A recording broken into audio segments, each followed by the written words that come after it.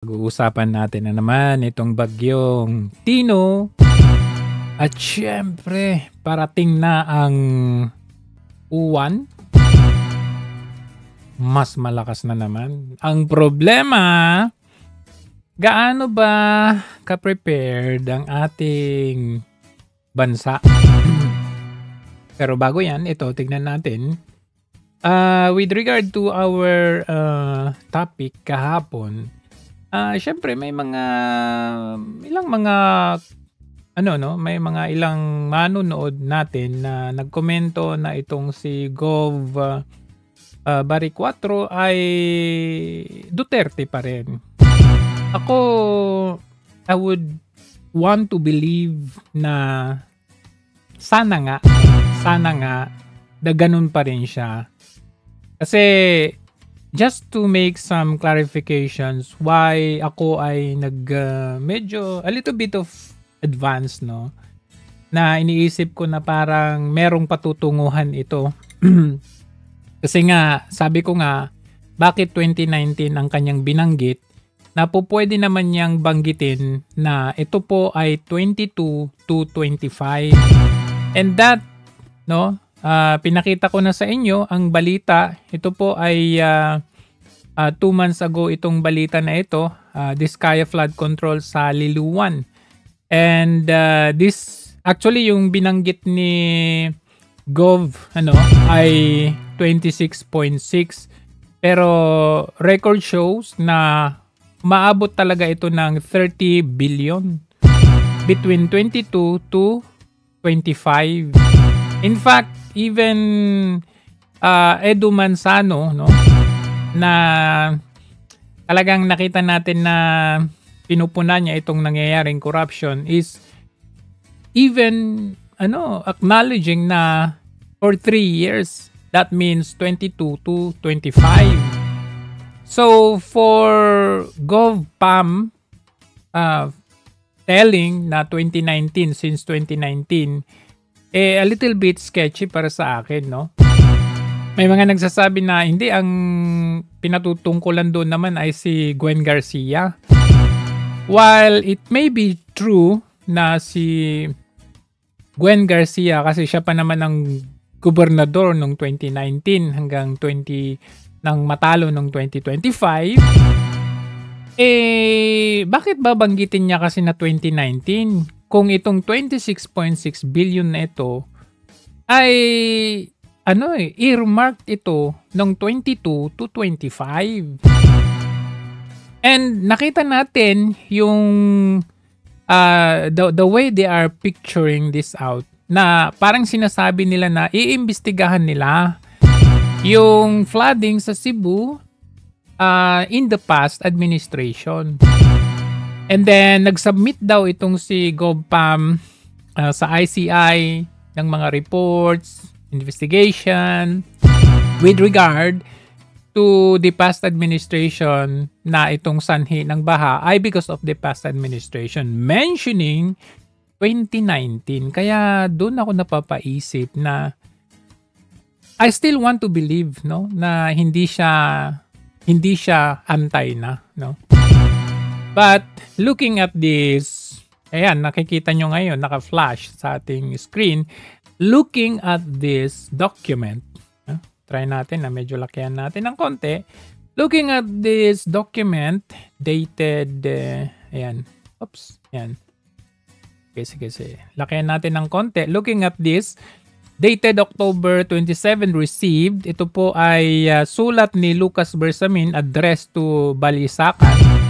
Under the Department of DepDep. Under DepDep. Tama ba? DepDep. DepDev pala. Oh. Ang sulat na ito, sabi, I am pleased to transmit the appointment letter of Miss Pam Baricuator as a chairperson sa regional. Okay? Para siya ay maging, as 3-year term, maging, chairperson ng DepDev, Region 7. Another responsibility In short, ano po ang letter na ito? Ito pong letter na ito ay isang appointment letter which GovPam accepted.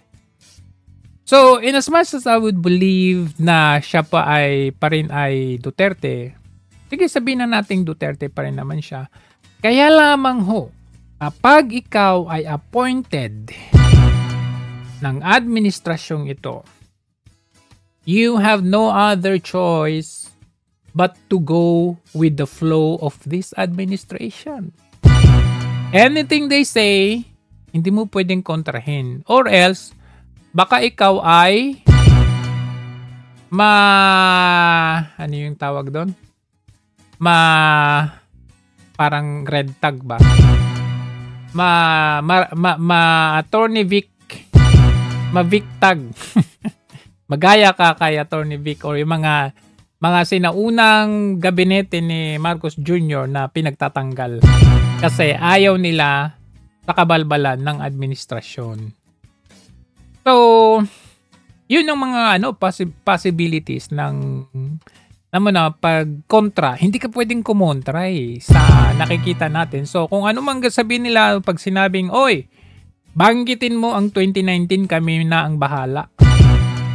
I mean, I told you already, why would you mention 2019 when in fact that 30 billion involves 2022 to 2025? So the mere fact na ikaw po ay meron ng appointment from the president, good luck.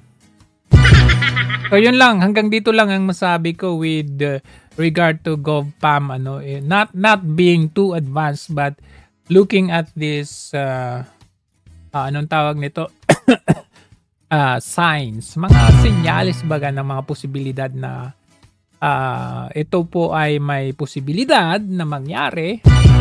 Maybe not now, maybe hindi pa natin makita now, pero ako being advanced na mag-isip, advanced ka kasi mag-isip, may posibilidad talaga. The reason why yung mga ibang akala nating kaalyado natin ay medyo tahimik na ngayon with regard to corruption. Alright? So, yun ang isa nating nakita dyan. Unlike sa the person that we least expected na hindi magsasalita against the government, yun pa ang mga nagsasalita ngayon. The likes of Edu Manzano, Dennis Trillo, Anjo Eliana, yung mga hindi natin ine-expect, no? Sila pa yung nagsasalita. Yung ine-expect natin, akala natin kakampi, head to toe, start to end, medyo alanganin na. Nung sabi dito ni Edu Manzano, ayaw nyo pa talaga? How many more must die? Bulag-bulagan pa rin tayo. Okay? Ito, sabi, ito yung, kumbaga, na-fact check na naman dito ang gobyerno. This is nature reminding us na wala pa ding nakukulong. Hanggang ngayon, ayan na ang ebidensya. Kasi kung may nakulong, this could have been prevented long time ago. In fact, nakikita natin yung kanilang mga rhetorics, mga narratives. They would want to try, gusto nilang ituro na ang gobyerno, ang past administration, sila baga ang dahilan kung bakit may baha. One of their rhetorics is yung Dolomite. Yung Dolomite daw doon sa Cebu, sa Manila Bay, ay kinuha daw sa Cebu. And of course, kahapon na natakal natin ito and a little bit of explanation, but now medyo meron tayong mga thorough research on this. May mga nagsasabi, alam nyo na, sa kabilang kampo, na it's because of the Dolomite kaya nagkaroon ng baha sa Cebu. Pero syempre, ito nakita natin ito, minahan ito ng Dolomite. Dolomite is a kind of rock that you can use in in building infrastructures or yan kasi bato kasi yan na ginigiling na parang magiging gravel, parang ano siya, sand, parang gano'n. Pero syempre may mga nagfa-fact check. Sabi dito, kasi ang sabi nila galing daw sa sa Cebu, kung saan ng Pero na-fact check na yung dolomite pala na yan ay kinuha sa Alcoy. Sa Cebu siya pero kinuha sa Alcoy. Not the exact place kung saan yung baha. So ang layo, ang distance ng pinagkuhanan ng dolomite doon sa location ng baha ay about 2 hours na biyahe ang distance niya. To go further into that, if we try to look sa ating mapa, ito po, makikita ninyo ang measurement na yan. Po. Dito po nanggagaling dito kinuha yung dolomite. Dito po, ayan po. Dito sa may, itong lugar na ito ay, mabasa natin, Dolomite Mining Corporation. At kung makikita natin, ayan, minahan po yan ng dolomite. One of the many dolomite mining in Cebu. Ito po ay sa Alcoy. Dito sa Alcoy, wala pong baha, hindi po siya binaha. Hindi po siya binaha dito sa Alcoy kasi sabi nila, kinuha sa Cebu yung dolomite na dinala sa Manila Bay.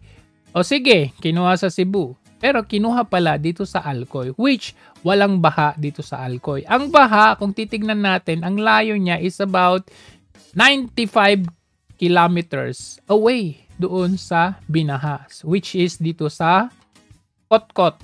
Yan, sa Liluan. Sobrang layo po. Ayan, dito po sa may Kotkot. Kasi dito sa may Kotkot River, ayan yung Kotkot River ito. Kung makikita natin yung Kotkot River, ang kahabaan ng Kotkot River, although makikita natin may minahan din dito sa may Kotkot. Ayan ito nakikita ninyo yung medyo parang nabungkal na forest dyan. Yan po ay minahan din ng dolomite. Ayan, dolomite din yan. Pero hindi dito kinuha yung nilagay sa Manila Bay. Bagkos dito, 95 kilometers away or 2 hours na biyahe, very far from, yan yung distance niya. Alright, so na-fact check, kung iaano natin yung credibility or reliability ng balita na yan, fake news. Nasasabihin dahil sa dolomite yun sa Manila Bay, kaya binaha. Kasi hindi binaha ang pinagkuhanan ng dolomite sa Cebu. So kung doon pa lang, malayo, nasasabihin na because of the dolomite. Diba? Ayan dito yung binaha. Ayan, sa may Kotkot.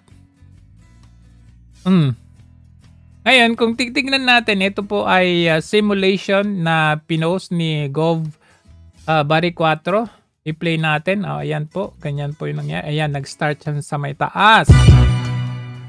Kung makikita ninyo itong medyo parang white na ito, dito po, dolomite po ito.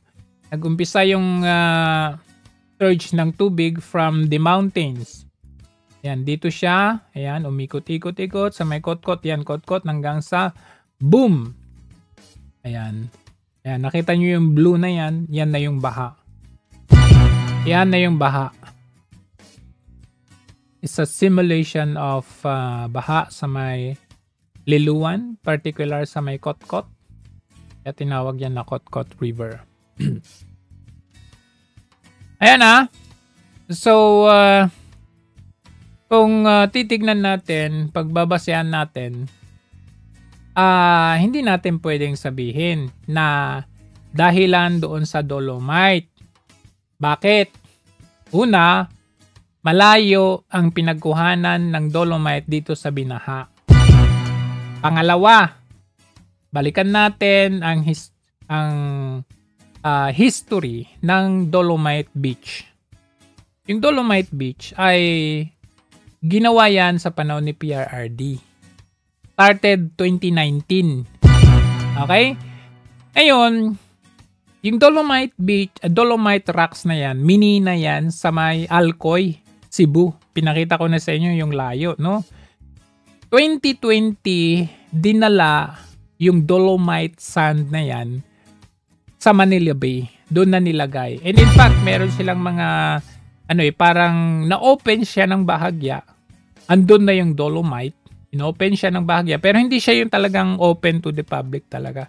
Pinakita lang siguro sa mga ilang tao. Pero 2020, dinala yung Dolomite Rocks na yan, sand na yan sa Manila Bay. Ang tanong ko sa inyo, 2020, dinala, inumpisaan minina yan sa Cebu.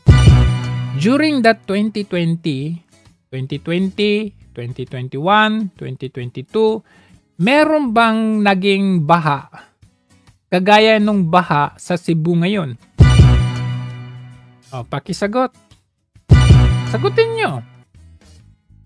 So for them to start a narrative na dahil sa Dolomite na yan, kaya nagkaroon ng baha, is somewhat very far from reality.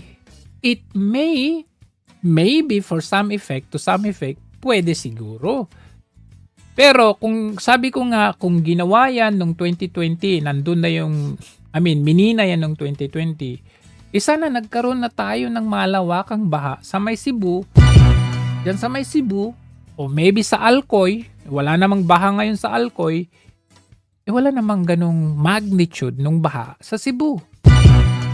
Therefore, we cannot conclude na dahil sa Dolomite na yan, na sinisisi na gusto gisisi sa Duterte administration, nagkaroon ng baha sa Cebu.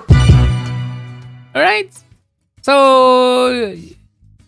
it's for you, no? For you, maybe to giving you that observation for you to think about it. Kung iniisip nyo ng maigi, you may say, oo nga Pero kung tanga at bobo pa rin kayo, hindi, Dolomite pa rin yan, Dolomite. Ganun ang sasabihin ninyo.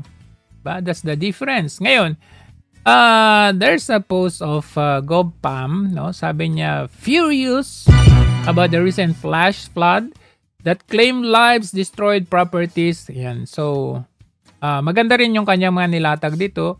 Yes, flood control funds go directly to DPWH, not the province, but that doesn't mean it does not find its way to you. Tama. Siyempre, may say pa rin yung mga gobernador dito. Diba? I'm referring to the former governor,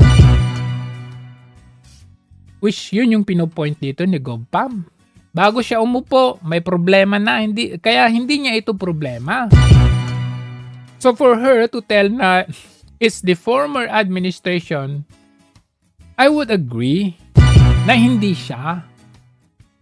I just didn't like what she mentioned na 2019 when in fact the information says that's 2022 to 2025. That's my question. Another question that I'm pointing out is, wala bang magiging effect ito? Hindi ka ba magiging bias sa mga investigations, sa mga pahayag mo, given that ikaw ay appointed ni Marcos Jr.?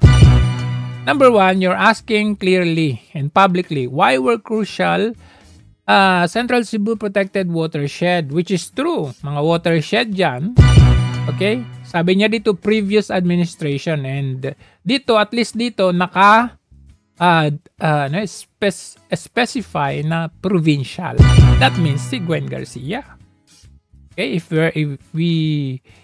we are to name is Gwen Garcia na to. When a conglomerate wanted to help build a dam, bakit hindi ito ginawa? Number two, why was there a quarrel with a neighboring official on watershed management instead of united action for our people. There, in simpler term, ang inaano niya dito yung former governor. Number 3, why did the massive quarrying and development? Ito ang another question yan. Okay? Na sana na prevent natin, pero hindi natin na prevent. Number 4, why were quarry permits issued to cronies? Sino kaya mga cronies yan? Without transparent due process. The who? Why was environmental protection? So, ayun, yung may mga investors na gumawa kasi ng mga development or developers na nagtayo dyan. Ngayon, sa comment, a little bit bothered with the comment here at nag-reply si GovPam. Kasi there was a question here, there was a question here, I think ito by Kevin Ibesa, sabi niya, attention Congresswoman Rhea Gulas, you owed an explanation to the Talisaynon in the 1st District people. We demand transparency and accountability. At nailatag dito yung flood control projects sa Talisay, Cebu with the QM builders. Alam naman natin kung ano yan, di ba? Diskaya yan. So 148 million, 148 million, 49 million, 138 million, 147, package 2, 3, 4. Grabe. No? And then nakita ko nag-reply dito si Pambari 4. That's why it got my attention. And then binasa ko. Yan. Dito kasi ang reply niya medyo ano ako dito eh. Ang sabi niya kasi, please do not blame one person entirely. The person is worse. The problem is worse than you think. She is not the culprit. More revelations will happen in days to come. Okay. She is not the culprit? Why? Siya yung congressman. We all know congressman do insertions or maybe budget, project, manipulations. And yan po, si Kevin Ibesa, nag-cite siya ng report mismo from the isumbong sa Pangulo. At makita natin, Cebu. Ayan, na QM Builders. And the congressman dyan is yung si Congressman Rhea. Diba? Construction of flood control along Mananga River. Ayan, no? Talisay City, package 2, 144.7 million pesos. So, my question here is, ayan, ito pa, hindi pa yan, hindi lang yan. QM Builders, package 3 at package 4. Diba? My question there is, ayan pa. 136 million. Ito. Wall. Grabe. Sabogo. Ayan, Sabogo. 148 million, 148 QM Builders. Ang question ko, bakit? I mean, a reply from GovPam, please do not blame one person entirely. The problem is worse than what you think. She is not the culprit. She is the governor. She is the congressman, Rhea Gulas. And we all know the reputations of the congressman. Alam na natin eh. Kung ano yung reputasyon ng mga kung paano nila nagagawang magkaroon ng proyekto. Some of them, contractors. Some of them, sila yung may hawak ng bidding, ng halaga. And why medyo a little bit bothered lang ako dito sa reply niya na bakit pinagtatanggol mo pa ito? Napakalinaw itong ebidensya nasa sumbong sa Pangulo. 'Di ba? Sige, let's not blame one person entirely. But she is the principal one to blame. So yun lang na na a little bit of observation na nakita ko medyo questionable yung kanyang reply dyan. Anyway, let's leave it that way. Leave it at that way. Tingnan natin kung ano yung ano. You can question go, Pam, just because ba, ano, wag natin laging, hindi, kasi ganito, hindi, ganito. We have the right as taxpayer or Filipino, we have the right to question anyone. Kaya aliado man yun o hindi. Diba? It doesn't mean na nagko-question tayo, pambabash na yan or negatibo na. Hindi. I mean, you have all in front of you some of the evidences. Pero, di ba tayo pwedeng mag-question? Di ba pwede? Pag question mo, basher ka na. Pag question mo, ka-cancel culture ka na. Hindi dapat ganun eh. Bakit kaalyado mo man yan o hindi? The fact that we're questioning, we want some changes. Gusto natin. Kasi pag question natin yung isang tao at sincere naman yung pag-question natin, gusto nating mabago. Okay? Not because mambabash ka lang out of nothing. Diba? We want changes. Oh.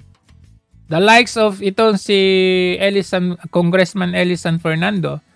I mean, good thing may mga natitira pang mga congressman. Regardless, kay anong color man yan, nakita ninyo, siya na mismo nagsabi. Kay Duterte ka man, kay Dilawan ka man, Pinklawan, whoever, you're accountable regardless. Diba? Tingnan natin ang sabi niya. Si PBBM, may kinalaman siya dito sa flood control scandal nito. Hindi ligtas ang presidente dito. Kahapon ang isang daang araw nung nagsona si Pangulo and he said, mahiya naman kayo. 100 days na. Ano nangyari? Mali yung sinasabi ni Yusek Claire Castro na ligtas ang presidente dito. Hindi. Ikaw pumirma ng GAA eh. Sabi mo, before you sign the GAA, nireview nyo yan. Ang aming... binasa niya 4,000 pages. Conviction is si PBBM, may kinalaman siya dito sa flood control scandal na to. Ganyan tayo dapat. Hindi porke nanalo ka na, nakapaupo ka na sa pwesto. Ganyan ang gusto natin. Regardless of what color, what stand, or what politics you are in, kung ano yung pinakita mo nung una, nanalo ka na, paupo ka na, hindi yung tatahimik ka na eh.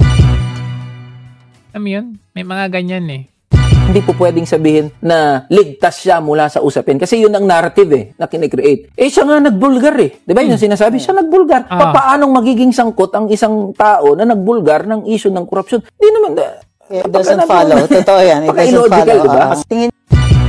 Hoy. Lalo na kay Lacson, no? 'Di ba, Lacson, ikaw ay investigador, 'di ba?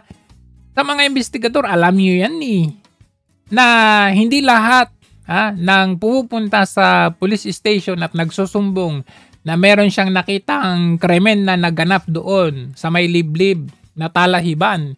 May nakita siyang babae doon na tila baga ay anong ginawa doon, ilang buhay ay hindi na siya ang suspetsa. Alam nyo naman yun, di ba? Investigador kayo. So, dapat kasama pa rin yun sa investigation. Anong oras ka nandun? Paano mo nakita yung babae doon sa Talahiban? Anong nangyari? Di ba? May kasama ka ba? So, kasama pa rin sa investigation just because you've said na, maya naman kayo. Kayo, managot kayo. Hindi, iya. Kasi 'di ba, how did you come up with saying mahiya naman kayo for 3 years only now? Ngayon mo nalaman 'yan. Samantalang a year ago pinagtatanggol mo yung flood control. You just said 5,500 flood controls ang natapos na, kinaubagahan, binaha yung Kamaynilaan. Tapos sasabihin mo, hindi, overwhelmed lang kasi binanggan ng barko. A year ago. And then now sasabihin mo, paano nangyari yun? Maraming ghost projects. Diba? So tama ang sinasabi niya dito na hindi ka guilty dito. Hindi makakatapos si PBBM. Ang hirap kasi sabihin na baka hindi niya matapos eh. Pero with the magnitude ng corruption scandal, flood control scandal, galit na yung mga tao. Anytime soon, kapag walang napanagot dito, hindi natin makokontrol kasi yung mga manggagawa at ordinaryong Pilipino. Pag umabot sa punto, nasasabihin natin, manggugulo yung mga yan, hinayaan natin na pumunta dun eh. Kapag pumunta sa extra-legal measures ang mga tao, hinayaan natin na pumunta dun. Ang gusto natin na mangyari, ma-resolve itong mga problema na to within the bounds of the Constitution. Pero hindi rin natin mapipigilan yung mga tao pag nag-decide sila, wala namang silbi ang Constitution na yan, yung mga batas na yan. Syempre, bend the law eh. Binend nila. Ilang buwan na kami nag-aantay, ilang buwan na kami nanonood ng mga hearing, pahaba ng pahaba yung hearing, parami ng paraming cast of characters, we will take matters into our own hands. Hindi natin makokontrol yung mga tao na ganun. At tingin ko, punong-puno na yung mga tao ngayon. Especially, dumaan uli yung isang bagyo, Bagyong Tino, may paparating pa na Nakaw, mas malakas pa yung babarating. super typhoon, at pinapakita nito yung kapalpakan talaga ng gobyerno to address this issue. At kung walang mapanagot dito, baka magwala na talaga yung mga Pilipino. Pasilip sa pwedeng mangyari yung nangyari nung September 21. So, suportahan namin lahat ng pagkilos ng mga tao regardless of their political convictions or tendencies. Dahil inilalagay ng mga tao yung kapangyarihan sa kamay nila. And that for us is a positive sign na yung mga tao kumikilos mismo to exact accountability mula dito sa mga nakaupo sa iba't ibang posisyon ng kapangyarihan. Hindi to abogado, no? Not even a politician, if I know, no? Pero yung intellectuality niya is more than like parang parang eksperyensiyado na. O compare mo dun sa mga dekada nang nasa politika. Wala, hindi mo I mean, the way I see, ito dapat mga ganito new breed of public servant. Ang kailangan natin regardless kung saan ka, I don't know, maybe you are from the yellow, but doesn't really matter. I mean, kung ito ay laban sa mga corrupt, laban sa regardless political color, go pa rin. Yun ang kailangan natin. Kaysa naman kaalyado ka namin pero tahimik ka or himudpet ka, then you have no place there. Yan. So regardless, even if you are Duterte supporter, Marcos supporter, pink, green, asul o kung anumang kulay mo, pag ikaw ay nagpasya na kumilos at maningil dito sa mga nasangkot sa kung ano-ano mang mga iskandalo, suportahan ka namin. Yun ang belief namin. At di ba? Yun ang pinangahawakan ko hanggang ngayon. Regardless of your political leaning, political color, pag tayo po ay nasa tamang laban, then laban lang natin. Kahit ganyan, paano pag ganito sumagot, yung mismong leader or pangulo, kahit sino naman matatawa. Looking at this, hearing at this, parang alam mo yun, yung the way na sumagot yung pangulo mo or leader mo, matatawa ka talaga. Like for example, itong journalist, di ba? Normally yung sa press briefing or sa interviews or press briefing pala, di ba nagta-type yan sila yung mga media, tinatype nila yung ibabalita nila. So ang question ko dito, paano kaya nila i-type? Ita-type kaya nila yung sasabihin ni Marcos Jr. na kagaya nito? Before we started even thinking about organizing the ICI, I made sure that I got legal opinions from the best legal minds that I know.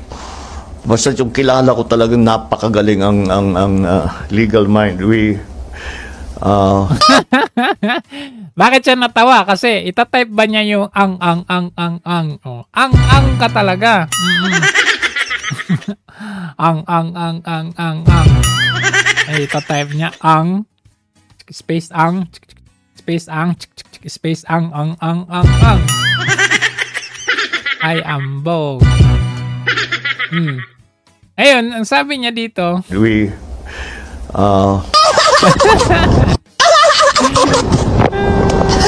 Natawa yung diba?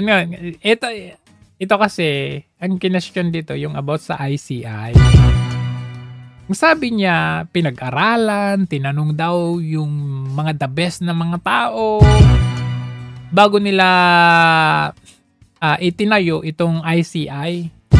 Even thinking about organizing the ICI, I made sure that I got legal opinions from the best legal minds that I know. Legal opinions from the best legal minds that I know. Talaga? As in, pinag-aralan ninyo ito? Bakit? Bakit ngayon ipapalitan ninyo? Akala ko ba pinag-aralan ninyo? Ito, tingnan ninyo. Ganito ka... Papasasan nga ng Senado ang pagpapatibay sa panukalang... Ganito ka gulo ang kaisipan at inconsistent ang isip, no, ng tao batas nito. para bumuo ng isang... Bubuo ka ng ICI. Tapos ngayon, tinanggal mo yung PACC. Bumuo ka ng ICI. Tapos ngayon, papalitan mong ICI. Pero sabi mo, pinag-isipan, pinag-aralan with the legal experts. Tapos ngayon, papalitan. Ano ba talaga? Ang ka talaga. Independent People's Commission na siyang mag-iimbestiga sa lahat ng katiwalian sa lahat ng proyekto ng gobyerno. Sa Disyembre, target ng Senado na pagtibayin ng panukala dahil hindi naman inaasahan na magtatagal ang debate at susuportahan ito ng mayorya ng mga senador.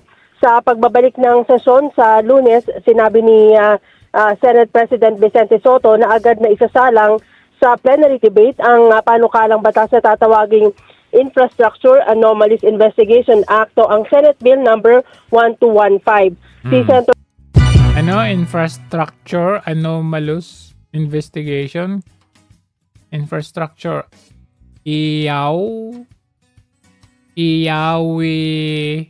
Ewan ko. Kiko Pangilinan na chairman ng Senate Committee on Justice and Human Rights ang magsusumite at magdedepensa nito sa plenaryo ng Senado.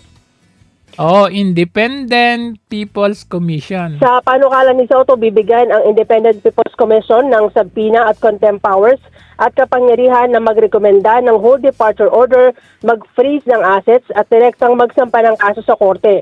Kapag naaprobahan ang IPC, bubuwagin na ang Independent Commission for Infrastructure na siyang binuo ni Pangulong BBM. Binuo ni Pangulong BBM, pinag-isipan with legal minds, pero ngayon tatanggalin, papalitan ng Independent People's Commission. Wala talaga. Ngayon, speaking of Bagyong Tino at yung mga nabaha, sa wakas, nakita natin, nasilayan natin. After few days, nagising, ngayon ay pumunta na sa Cebu. Tingnan natin. Turo dito, kaway dito, turo doon. Kunwari, may sinasabi. Kasabikap.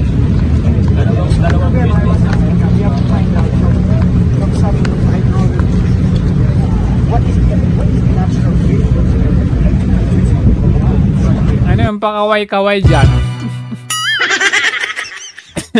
Tingin nyo masaya sila? Hindi.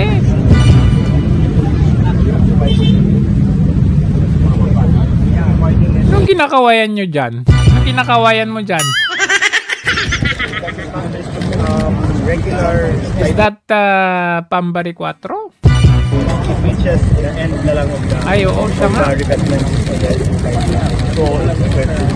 Grabe, no? Pinapalibutan ng mga cameraman. Para maganda-ganda yung optics ba? Kunwari ano na siya ngayon, ha? Ano yan? Ba, ang galing. Galing niya. So, ayan na. Pagkatapos ng konting turo-turo, salita, with matching mga cameraman, good optics, eto na. Kakatapos ng briefing tungkol nga sa mga nangyari sa Bagyong Tino. And nakapunta kami sa ibang lugar, yung mga evacuation center na nasira. Ang talagang naging damage ay galing sa baha. Ano kaya yung no? I mean, ano ko lang, no? Ito lang, kailangan ba talaga na kapag ini-interview or press briefing itong kailangan bang pumunta itong sa kanyang background? What's this for? Ito sa bagyong ito, hindi masyado sa malakas na hangin. At nakita natin na yung mga linagay dati na mga dike, mga protection ay hindi talaga kaya yung bigat, yung dami ng tubig na bumagsak. So what we did, siyempre, kagaya ng dati, pumunta na lahat ng mga agencies. Of course, nauuna dyan is the DSWD, mag-provide ng relief goods para sa mga lalong-lalo na yung... How about yung ICI? Sabi mo may dike mga nasa evacuation na mahina center o yung mga na-dislocate, nasiraan ng bahay. Yun ang unang-una. So food and water. Tapos nandyan na yung ating mga medical team para tignan sila kung merong mga nasugatan. Calling out yung mga mamamayan dyan ng Liluan, Kotkot, yan. Yung mga nasalanta, pwede naman siguro kayo mag-post, no? To prove kung talaga bang nakatulungan kayo ng DSWD o hindi. Para pwede nating i-fact check Pwede naman i-post nyo, hanggang ngayon, wala pang tulong mula sa gobyerno. O kaya ay, meron na, ang bilis ang tulong ng gobyerno. Para pwede nating i-counter kung totoo ba itong pinagsasabi niya. Yung sinasabi nila na agaran, kung talagang agaran ba talaga o hindi. Meron mga na nagkaroon ng karamdaman dahil sa bagyo at binibigyan ng gamot. Tapos meron tayo pa cash assistance. Ang binibigay natin ngayon 5,000 para sa mga partially damaged na bahay at 10,000 pa 5,000 sa partially damaged na bahay. Para sa completely damaged na bahay. 10,000 sa complete damage na bahay. Hindi kasya yon. Pako lang yon. Para meron silang magamit para makapagtayo na naman sila ulit ng bahay. Pampako lang yun, pangkahoy lang. And so that is ongoing now.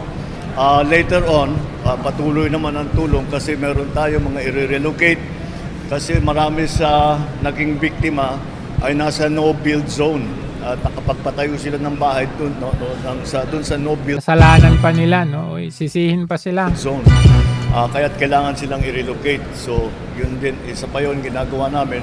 Napag-usapan namin ng mga local government units dito sa Cebu to include the provinces, the municipalities, and the cities, ay pinag-usapan namin kung paano saan natin ilalagay dahil umaasa kami sa LGU para makahanap ng lupa paglalagyan ng mga i-relocate. Ngayon, meron ding... So, ibig sabihin, wala pa. Even relocation, di pa, wala pa. Titingin ba kayo? Yung agaran. Temporary shelter para dun sa hindi pa makauwi ng kanilang bahay. But eventually ay gagawa natin ng paraan para makabalik na sila, magpatayo sila ulit ng bahay o ayusin nila yung nasira nilang bahay. In the meantime, kung habang binabalik dahan-dahan ang buhay ng ating mga kababayan sa normal, ay nandito naman lahat ng mga ibang ahensya hindi naman umaalis at nagpapaikot pa nga ang public works, for example, nagpapaikot ng mga engineering team para tignan yung mga kalsada, baka na-erode, baka kailangan nang ayusin, baka na-erode, baka kailangan ayusin. Hello, akala ko ba nag-inspection kayo? I mean, it's parang alam mo yun, sarap pakinggan, too good to be true, parang resilient, parang agaran.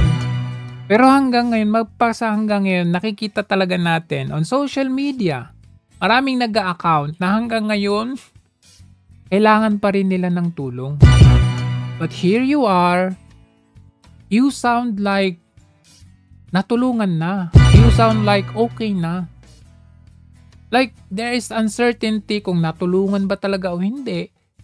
Pero social media cannot lie. Kasi, andyan, nakita natin mga kanya-kanyang lahat na nga ngayon, vlogger eh.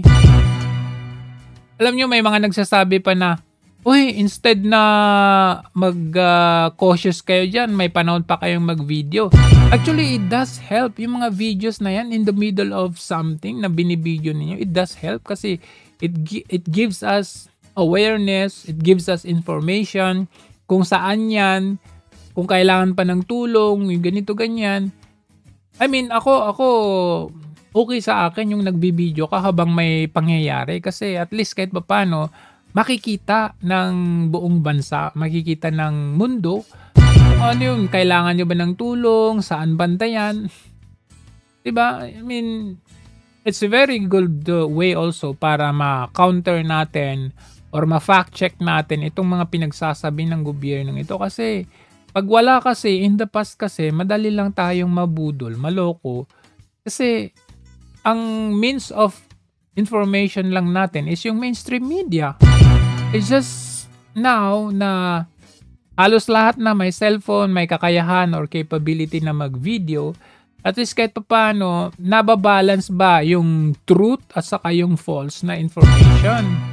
Kailangan sarhan, pero so far mukha namang maayos. Mukha namang maayos? May mga dalawa, tatlo na kailangan tutukan, kailangan tignan na mabuti.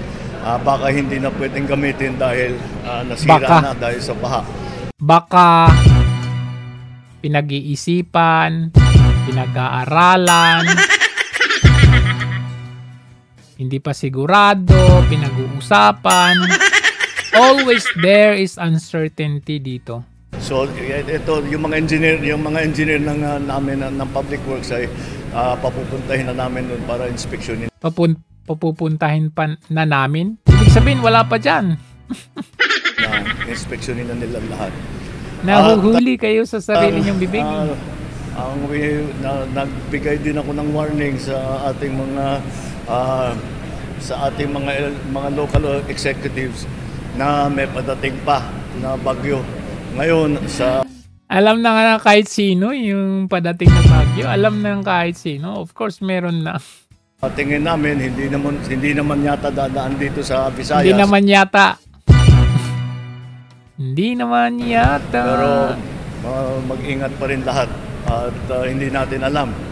Dahil kami kuminsan lumilipat. Kami naman ngayon, Northern Luzon and Central Luzon, ang nag-aabang para dito sa uwan na parating. But we are very, very sorry. Hindi ko, siyempre lahat kami nalulungkot dahil napakataas ng ating casualty figures. Hanggang doon lang? Wala tayong mapapanagot talaga dito? At ito, karamihan talaga ay Duterte lang ang mapanagot. dinala ng tubig. Dahil sa laki ng tubig, dahil sa bilis ng parating ng flash flood. Ang sinasabi sa atin, ang pinaghahandaan ng mga LGU officials was a storm surge. Yung papasok galing sa dagat. Pero ang talagang nangyari, flash flood naman. Iba yung nangyari. At mukhang hirap na hirap ka. Hindi natin napaghandaan dahil iba yung Hindi natin napaghandaan. expect natin. But Pero, anyway, nangyari na. We will be helping the families of those na naging casualty. We will help them to recover, put them back on their feet, and do what we can to make up for the loss that they have suffered. Tignan nyo, hindi napaghandaan na yung sa Tino. Pero kung magsasalita siya doon sa uwan, we will be prepared. And that is, again, I made the same promise to to Cebu, your governor and your mayor, that as long as the national government is needed, we will be here. We are not leaving hanggat maayos na ang inyong mga buhay at hindi na kami kailangan para sa mga tulong na dinadala namin, then we will remain here. here. Okay? Ano will remain here? Pagkatapos nyo dyan, di ba? Photo op para sa optics. Tapos alis na kayo. Yan lang naman yan eh. But when it comes to helping people, alam nyo ba? Pag may mga ganito, like for example, merong humihingi ng tulong, like dito OFWs, tulong-tulong tayo para sa mga nasalantan ng bagyo. Iniisip ko, milyon, bilyon ang pondo sa Pilipinas. In fact, sabi pa ni Auntie Claire na hindi na natin kailangan ng foreign aid kasi meron tayong sapat. Pero bakit yung mga kababayang, mga normal, common na kababayan, nagtutulong-tulong? In fact, sinabi na Senator Bato, no? Ayan. Sinabi ni Senator Bato na magtulong-tulong na lang. Sabi niya, tulong-tulong na lang kami. Focus, we are planning to go to city proper muna kasi may marami rin mga badlihit na mga barangay dito sa Cebu. Ito, mga City tulong-tulong, proper. sariling bulsa. Yan, Senator Bato, Robin Padilla, Bongo. I mean, sa maliit na kaparaanan. Kahit kami dito sa Hong Kong, nagtutulong-tulong din. Nag-fundraise para ma-donate, maitulong dyan. Samantalang itong mga gobyerno, ano maasahan natin? Diba?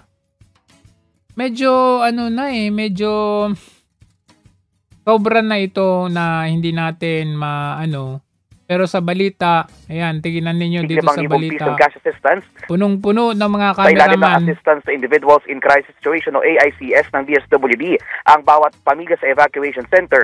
Para good optics para sa kanila. Photo op. Yan, photo op na pumunta kami, nagbigay kami ng ganito. Pero sa labas ng evacuation center na sumigaw at tanawagan ng tulong direkta mismo sa presidente. Hindi naman sila pinaalis ng mga security at wala namang nasaktan dahil sa nangyari. Matapos bumisita sa Liloan, biyaheng Trilce ngayon si Pangulong Marcos para sa isang kahalintulad na aktibidad bago po Cebu Provincial Capital mamayang hapon para sa isang situation briefing. Sa ngayon, Tita Winnie at Doc Dennis, ilang bahagi pa rin ng lalawigan ng Cebu ang walang supply ng kuryente at tubig at batay doon sa ilang mga residente na kausap ko kanina, partikular sa bayan ng Liloan, ang kanilang pangunahing panawagan pa rin sana na tulong ay yung malinis na inumin tubig at ang pababalik ng supply ng kuryente. Hindi ba dapat yan yung inuna nila? Mga kuryente, tubig, pagkain, yan yung pangunahing kailangan. Hindi yung pupunta ka dyan parang photo op. Parang tas press briefing, ganun, tas wala ding mangyayari. Unlike nung panahon ni PRRD, ito, le-lecturean ka ni Tatay Digong, paano ba maging resilient sa panahon ng sakuna ito? The storm was all over Luzon. Saan mo ako gustong ilagay noon? Sa inyo, sa Bicol, sa bahay ninyo, sa Naga? O dito ako sa Parañaque, may baha rin eh. So where were you? Hindi na kailangan ako mag-order mag-order ka pa on the day. You are presuming that I should be giving orders on the day of the storm. That is stupid. That is why you cannot become a president, really. Mahina ka eh. Wala ka nang ibigay ang order kasi ang order na ibigay na 2 or 3 days. Mismo. You do not give orders on the day of the war. Lesson 1 for you. Do not plan and give orders on the day of battle. You just sit where you are. If you are a commander, do not go to the front lines and have yourself shot and die. Magpapahero ka lang yan. Or if you want to be, should you become the president? This is Ibi Hogalbot here, Hakbang ng Maisog Cebu. We are currently plenty of swimsuits and start to swim when the floods come. Your suggestion, your suggestive question is a poor man's argument. Di ba dapat ganun? Anong sabi niya? 2 days, 3 days ahead, doon ka nagbibigay ng order. Hindi yung on the day. So, ito. Tingnan natin ito, no? Hello. Kaya nga sabi ko medyo kaduda-duda talaga. And as much as I would like na bigyan ng meaning itong ginagawa ng gobernador ng Cebu ngayon, medyo questionable dahil dito, no? Itong si E.B. Jugalbot, meron silang sinagawang sarili nilang aid o drive, help, no? Ang pinigilan sila ng kapulisan. Panorin natin. Hello, kumusta Sugbo? This is E.B. Jugalbot here, Hakbang ng Maisog Cebu. We are currently going to Liloan. Apparently we were being stopped by our brother police officers for no reason at all. Ang atong Drum and Bugle Corps o ang atong caravan going to Liloan aron sugaton si BBM, ipahunong ta sa atong mga amigos kapulisan nya way rason. I don't know why. Kanina rami dinhi, init kay tanan, wala mi magsaba-saba, niagi rami, pero gipahunong tas mga pulis, no? I don't know kung saan ni sila nga unit, Station 6 probably. Yes, attorney. Okay, no? I hope makasabot ang atong mga amigong kapulisan nga kining atong gibuhat ang pagpahibaw ni Bongbong Marcos nga ang mga Sugbuanon, no?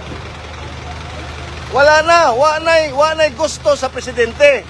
Nakasabot na ang atong mga amigong kapulisan, nituman na sa ilang order from the higher ups, pero nganong naaman sila dinhi, pahunungon ang atong karavan. So, order from the higher ups. Tanong, sino yung higher ups? Cebu, sino yung leader? Provincial. National, sino yung leader? Diba? I mean, ano to? Meron ba silang nirelease na, anong tawag nito? Na order? Na kapag merong tulong mula sa mga Duterte allies, ay hindi natin papayagan? Look at this. On what grounds na pipigilan mo, stop mo sila, hindi pwedeng matuloy, para tumulong. Kasi base dito sa live ni EB, magkukos daw sila ng traffic. Pero they're not stationary. Ano yung gusto ni Pambari 4? Ikaw Pambari 4, gobernador man ka, dili ka katawag sa imong provincial director? Aron badlongon ning mga pulis sa Mandawi nga nipahunong sa atong karavan? Okay? Kasi hindi kasi pwedeng gagalaw lang yung kapulisan na sarili nila na walang nagbigay ng order. The question, kanino galing yung order? But according to EB, parang pinapangalan niya na si Pambari 4. Which for me, hindi malayong mangyari na siya nga. Why? Sa tulong, ipinagkakait, bakit hinaharang? Hindi ba't sa panahon ng sakuna, ilabas na natin yung political war, political color natin. Sa mga panahon na ganito, sana labas na kung ano man yung political leaning or allies, magkakalaban. Kasi buhay na ang pinag-uusapan dito. But looking at this, I mean, ako wala akong inaano. This is just my observation. I mean, kung ako nga na-observe ko, how much more yung mga iba.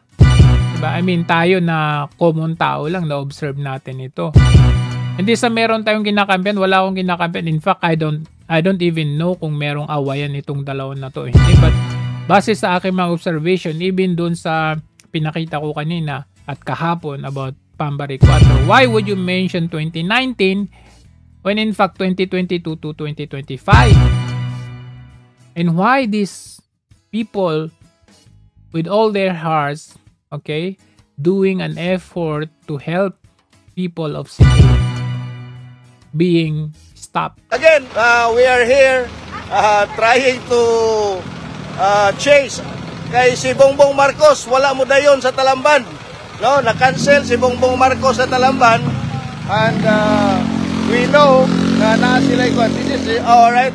Ang station chief nila. Ayan, nagbibidyo yung mga pulis. Nire-report siguro. Go! Ito na, si EB. Alright. Ang station chief nila. Hi, attorney. Hi. Hello, sir. Hi. EB Hugalbot, sir. Oh. Padandong kasi kay magwapo ra to kay ka, sir. Dirito, sir. Dirito, sir. Landong ay. Oh. Okay. Traffic daw. We were moving, huh? We were flagged down. We were moving. We were not obstructing traffic. Ang rason traffic? Obviously, they were moving. Hula to na po ng unsa. I know you know nga wala gyud ka na compelling reason nga to hold us. Yes. Oo. I know, walang valid reason. Meron kasi silang order. Walang valid reason, pero may order. We'll just take it as an invitation and we won't even think makita na lang ta kung naamoy pangutana ko kuan i-retain or delay or ano. We won't even think that. Amo na lang invite me pero sir. Grabe yung gobyerno natin ngayon. Minomobilize nila yung mga kapulisan laban sa kanilang rivals. Wini-weaponize nila. Okay? Gamitin ng mga kapulisan. Power. We have the power. Pag ayaw ko yung tao dahil kinokontra ako, wag. Pigilan nyo yan. Without even thinking yung mga mapapakain ng mga taong itong gusto. We have to go. Kaya nagbuhat na mga may kauwi sa konsolasyon. Diba? Tutulong ka na nga, magmamakaawa ka pa. Hayaan mo naman nyo kami. Hayaan nyo kami makatulong. Nagmamakaaw ka. Tutulong ka na nga. That's the reason why yung sinabi ni Auntie Claire na we don't need it from foreign. Ha? Everybody needs help. Sa gitna ng mga ganito, kailangan natin. Hindi natin kailangang magmakaawa sa... Alam ko kasi yung international, no? Usayan silang tutulong kahit hindi mo sabihin. Pero the mere fact na nakita nila na may corruption talaga, ayaw na nila. Gusto nila direkta na sila na yung magtutulong. Pero, syempre, yun yung sasabihin ni Auntie Claire para hindi mapala. Like, you can come with us. You can come with us. Sundon mi ninyo. Inyong tanahon. Kung niagi naman mi, sir. Huwaman mi mo stationary diri. Niagi na gid mi. Ni sunod ra mi trapiko. Huwaman mo violate. Gipara mi kalit. Sir, anyway, sir, we won't take up of your time. Kunya, kasabot sa inyo, if you're from here, bahaan sa ka. Mauna. All things, ikaw, ganahan ko mo take care sa family, but you're here. Your duty. We are not your duty. Kaya na mo ang kaugat mo. Walang kasalanan to mga kapulisan. Sumusunod lang sila sa, hindi sa batas, kundi sa order. You cannot blame them. Otherwise, mawawalan sila ng trabaho. Okay, I'm with Attorney Irene as well here, Attorney Irene. And ang atong drum and bugle, actually, naguna na ang atong Maisog Riders are already ahead of us. No? Pero ang atong drum and bugle corps and our vehicle. So, I don't know what's the update of that. Kung nakatuloy ba yung kanilang pagtulong o hindi. But it just shows us na anybody can abuse their power. Lalong-lalo na sa pinapakita ng government ngayon. Ang hirap talaga. But of course, there will be, sabi nga ni Tatay Digong, there will always be a time for a reckoning. So, dito nakita natin yung unpreparedness ng government and may susunod na super typhoon.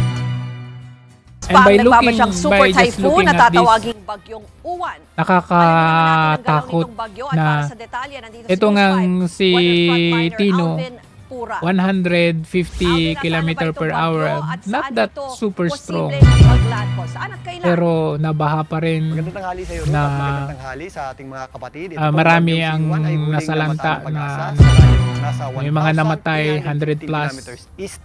How much more yung super typhoon? Nakakatakot to.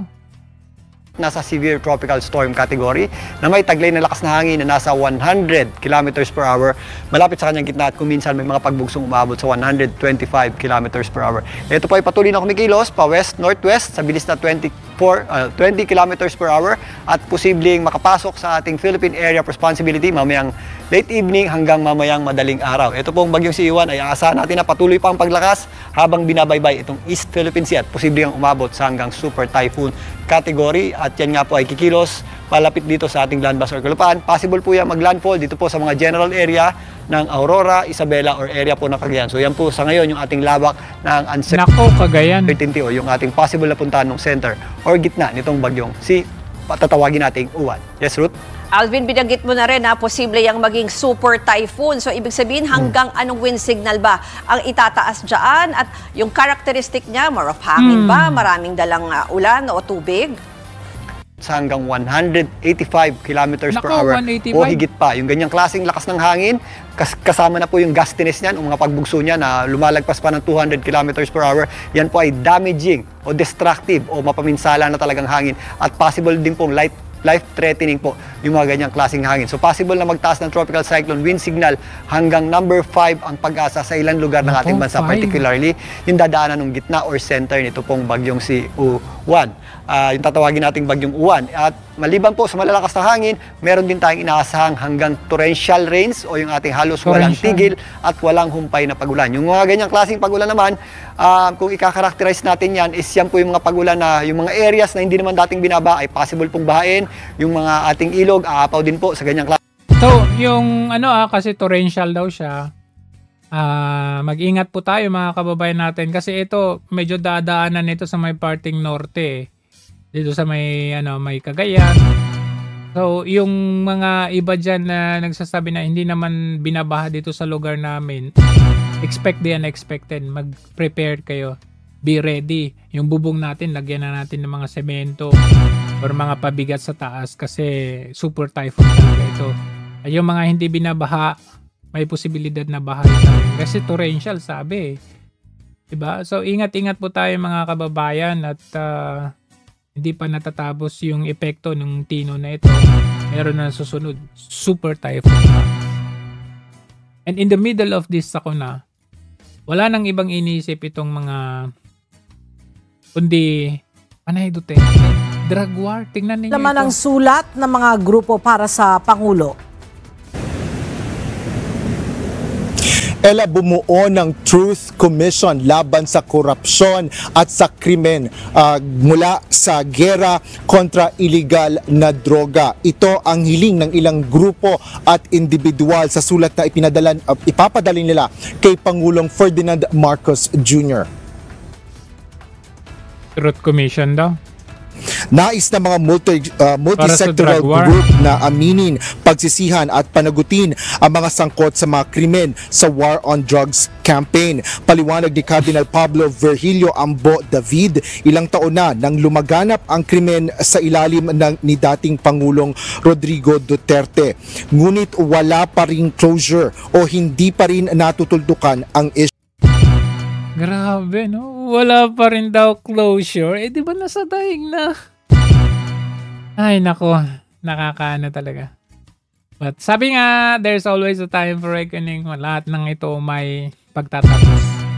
But in the meantime, magtitiis muna tayo. Hanggang sa muli, maraming salamat.